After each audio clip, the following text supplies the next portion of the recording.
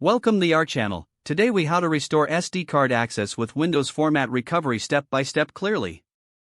To restore SD card access with Windows Format Recovery, start by inserting the SD card into your computer's card reader. Ensure that the PC recognizes the SD card.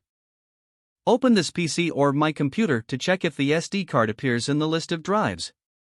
If it does not display, try using a different USB port or card reader. Once detected, right-click on the SD card icon and select Format from the context menu.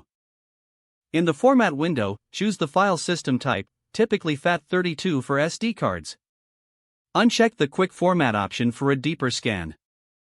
Click on Start to begin the formatting process.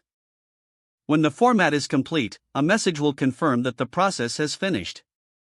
Next, close the Format window and open Command Prompt as an administrator. Type check disk X/F, but replace X with the letter assigned to your SD card. Press Enter to start the error checking process. This command scans the drive for any file system errors and attempts to repair them. After the check finishes, safely eject the SD card from your computer. Remove the SD card from the card reader and reinsert it after a few seconds. Check if you can now access the SD card and its files. If problems persist, consider using data recovery software for additional assistance. Follow the software prompts to recover any lost or corrupted files from the SD card. After recovery, reformat the SD card again to ensure it functions properly. Always remember to back up important files regularly to avoid data loss in the future.